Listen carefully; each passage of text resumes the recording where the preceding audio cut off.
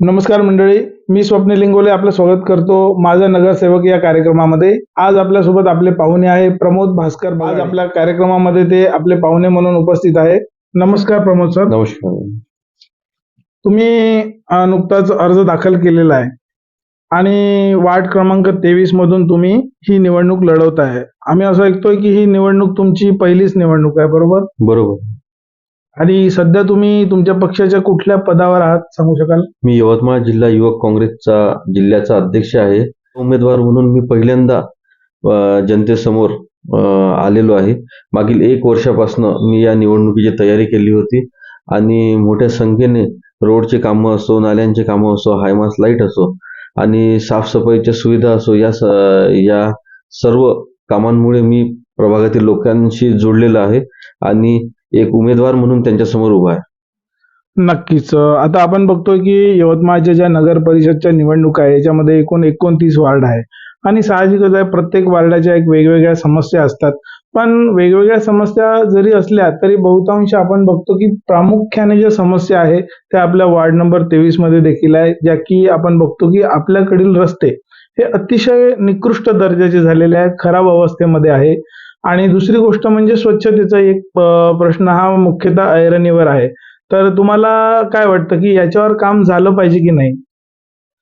मुख्य समस्या जी आहे प्रभाग 23 ची, मला वाटते की जी अ, कचऱ्याची व्यवस्था आहे ती प्रॉपर होत नाही आहे आणि त्याकरिता खरं अर्थाने माझं काम राहणार आहे.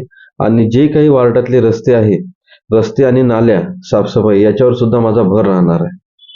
नक्कीच. आम्ही तीच अपेक्षा करू आपल्याकडनं. कारण काय होतं की जेव्हा रस्ता खराब असतो, तेव्हा अनेक समस्यांना तोंड द्यावं लागतं. की आत्ताची घटना आहे आपल्या वार्ड नंबर 23 मधली, की काही प्रेग्नंट महिला असतात, त्यांना त्रास होतो. अतिशय निकृष्ट दर्जाचे रस्ते सध्या झालेले आहे. आणि अजून एक गोष्ट तुम्हाला विचारायची होती रस्त्यावरनं, की जे आपले मांगुळकर साहेब आहेत, त्यांच्या बाजूचा जो रस्ता आहे, तो फक्त काही 8 महिन्यापूर्वी तयार झाला होता. आणि आज आपण जर बघतोय तर त्याची अवस्था परत असं वाटतं त्याच्याकडे बघून की त्याला 5 ते 6 वर्ष झाले काय आहे.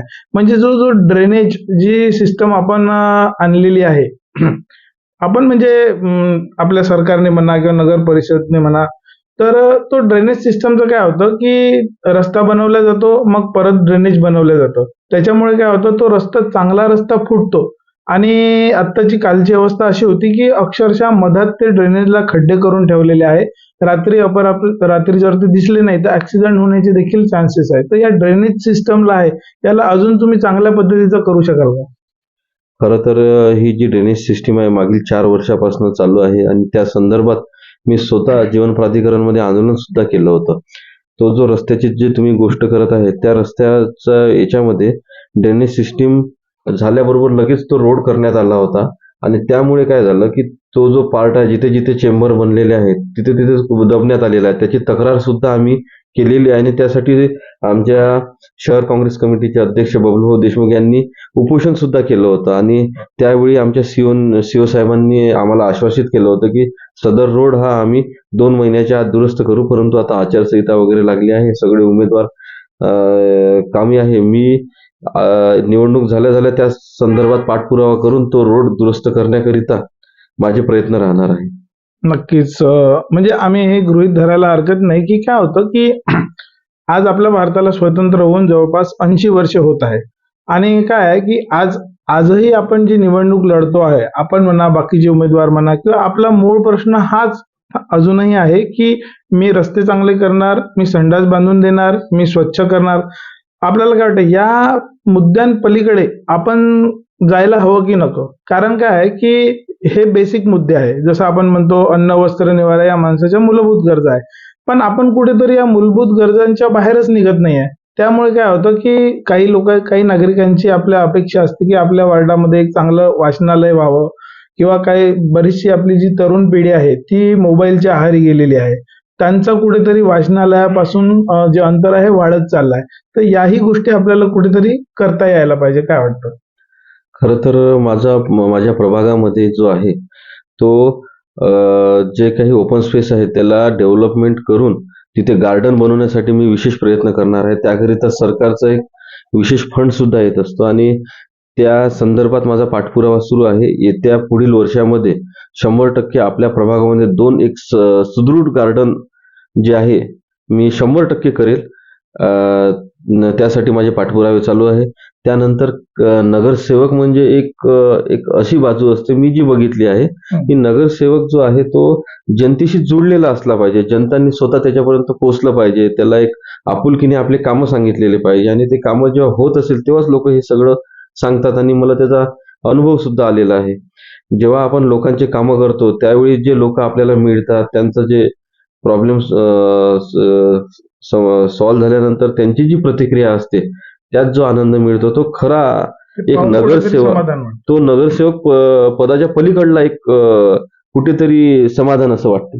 नक्कीच काय असतं की तुम्ही अतिशय चांगल्या पद्धतीने सांगितलं. जनरली काय होतं बहुधा की मुळात ही निवडणूक नगरसेवक या शब्दामध्येच आपण बघतो की सेवक आहे, त्या वार्डाचा तो सेवक आहे. परंतु बहुतांश वेळा काय होतं की काही उमेदवार निवडून येतात नगरसेवक म्हणून आणि त्यांच्यानंतर त्यांना भेटणं मुश्किल होऊन जातं. त्यांची जसं काय एखादा मंत्री आहे, केंद्रीय मंत्री आहे, अशी अपॉइंटमेंट घ्यावी लागते. एवढंच नाही तर 5 वर्षामध्ये त्याच्या राहणीमानामध्ये अवांतर बदल झालेला असतो. तर आम्ही अशी अपेक्षा करू शकतो का आपल्याकडनं की इथून 5 वर्षानंतर देखील आपण प्रत्येक व्यक्तीशी जुळून राहाल? माझा एक प्रभागाचा ग्रुप आहे ज्याचं नाव आपली नगर आपली जबाबदारी असं आहे. बरं. जर मी आपला प्रभाग खूप मोठा आहे. मी जर हप्ताभर पण फिरलो तरी प्रत्येकाशी कदाचित संबंध डायरेक्ट येणार नाही, परंतु माझ्याकडे येणारा एक मेसेज आणि त्याच्यावर मी घेतलेली तात्काळ कारवाई जी आहे त्यामुळे मी जनतेच्या पर्यंत पोहोचू शकतो. एक प्लॅटफॉर्म मी उपलब्ध करून दिला आहे माझ्या प्रभागातील जनतेला की मी जर प्रत्यक्ष जरी नाही भेटू शकलो त्यांनी मला एक मेसेज केला तर दुसऱ्या दिवशी माझी पूर्ण टीम त्यावर काम करत आहे आणि लगेच दुसऱ्या दिवशी त्यावर आम्ही त्यांचे जे समस्या आहे ते सोडवण्याचा प्रयत्न करतो. आणि माझ्या घरी रोज 8 ते 10 पर्यंत असं कधीच नाही राहत की मला कधी कोणी भेटायला येत नाही, कुठलं काही समस्या घेऊन येत नाही. त्यामुळे कदाचित ह्या सगळ्या गोष्टीशी आता एक जवळीक माझी असणार आहे आणि अतिशय कुठेही मी प्रभागामध्ये लोकांना अवेलेबल असणार आहे. नक्कीच. जिल्ह्यामध्ये, तालुक्यामध्ये वेगवेगळ्या पद्धतीच्या युती होत असतात. तर यवतमाळ जिल्हा ठाकरे सेनेचे जे अध्यक्ष आहे राजेंद्र गायकवाड सर यांनी काँग्रेसवर असा आरोप केला होता की काँग्रेसने आमच्यासोबत युती करण्यासाठी नकार दिला आणि त्यांचं काँग्रेसचं असं म्हणणं होतं ठाकरे सेनेला की तुमचं अजून पाहिजे तसं संघटन नाही आहे आणि फक्त 14 जागा तुम्हाला देऊ केल्या होत्या. तर तुम्ही युती तोडली असा त्यांचा आरोप आहे. त्याबद्दल काय म्हणणं आहे तुमचं? खरं तर ही जी स्थानिक निवडणूक आहे ही कार्यकर्त्यांची निवडणूक असते आणि प्रत्येक प्रभागामध्ये प्रत्येक पक्षाचे कार्यकर्ते आपापल्या परीने काम करत असतात. जेव्हा युतीची संदर्भात बोलणी चालते तेव्हा आमचे वरिष्ठ लोक बोलणी करतात आणि जेवढी मला माहिती आहे त्यानुसार आम्ही पूर्णपणे सकारात्मक प्रयत्न झालेला होता आणि बऱ्याच ठिकाणी आम्ही सीट सुद्धा सोडायला तयार होतो. परंतु कधी कधी काय होते जेव्हा एखाद्या नेत्यावर आपल्या कार्यकर्त्यांसाठी जर तो न्याय नाही देऊ शकत अशी जेव्हा वेळ येते त्यावेळी अशा काही भूमिका घेतल्या जातात आणि कार्यकर्त्यांच्या निवडणुकीत आम्ही शिवसेना पक्षांचं लोकसभेमध्ये आम्ही काम केलं. खासदार संजय देशमुख यांचं एक अतिशय मोठ्या भक्कम संख्येने स्वतःच्या निवडणूक असल्यासारखं उमेदवार असल्यासारखं आम्ही त्यांना निवडून दिले. त्याची परतफेड त्यांनी आम्हाला विधानसभेत दिली आणि आमचं एक मैत्रीपूर्ण नातं राहिलेलं आहे ठाकरे गटासोबत. परंतु काय होते जेव्हा स्थानिक प्रश्न येतो तेव्हा कार्यकर्त्यांचा कुठेतरी विचार केला जातो आणि याच्यामध्ये आम्ही ही युती तुटली आणि त्यामुळे परंतु असं कुठेच नाही की आम्ही त्यांच्या विरोधात आहे. एक मैत्रीपूर्ण लढाई आमची वाली चालू आहे आणि येणाऱ्या काळात आम्ही लवकरच सोबत दिसू. नक्कीच. आणि दुसरा क्वेश्चन म्हणजे काय होतं की आपण बघतो की एक 10 वर्षापूर्वी 15 वर्षापूर्वी काय होतं की बिनविरोध निवडून येणाऱ्याची संख्या अल्पशी होती.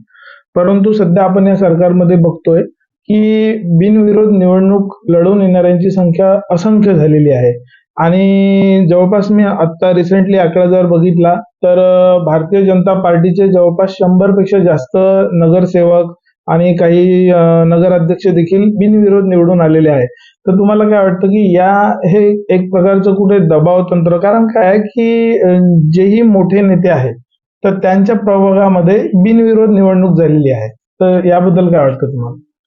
खरं तर बिनविरोध निवडणुकीची कन्सेप्ट जी आहे ती तुम्ही नगर परिषदची गोष्ट करता. मी आता जी लोकसभेची निवडणूक झाली त्यामध्ये खासदारकीची सुद्धा भाजपने काँग्रेसच्या उमेदवाराला काटासाठी तिथला सूचक ला जो आहे पळवण्यात आली आणि ती खासदारकीची जर निवडणूक अविरोध करत असेल तर बाकीचं काय आहे, हे तर खूप नॉर्मल निवडणूक असतात. आणि त्यांच्याकडे 2-2 डेप्टी सीएम, सीएम हे सगळे आपापल्या नातेवाईकांना निवडून आणण्यासाठी कदाचित मला तरी वाटते की ते या निवडणुकीला घाबरून हे सगळे प्रकार करून स्वतःच्या नातेवाईकांना अविरोध निवडून आणण्याचा प्रयत्न करत आहे. परंतु यानंतर जनता त्यांना उत्तर देईल आणि येणाऱ्या 3 तारखेला जो रिझल्ट आहे तो त्यांचं उत्तर असेल. म्हणजे ते घराणेशाहीचा विरोध करता करता स्वतःच ते घराणेशाही आणत आहे असं होत आहे बहुतेक, है ना?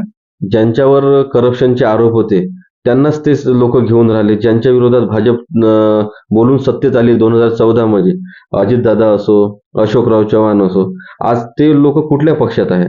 तुम्ही विचार करा की 50% पेक्षा जास्त करप्टेड लोकांनाच त्यांनी, म्हणजे मला एक कळत नाही की आधी तुम्ही त्यांच्यावर आरोप करता आणि नंतर मग त्यांना तुम्ही तुमच्या पक्षात कसे काय घेऊ शकता?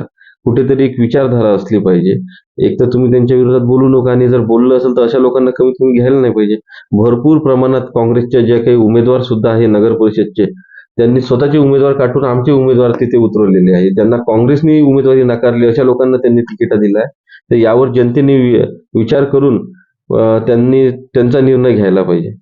नक्कीच जनता नक्कीच आपल्या सदसद बुद्धीने विचार करून मतदान करेल.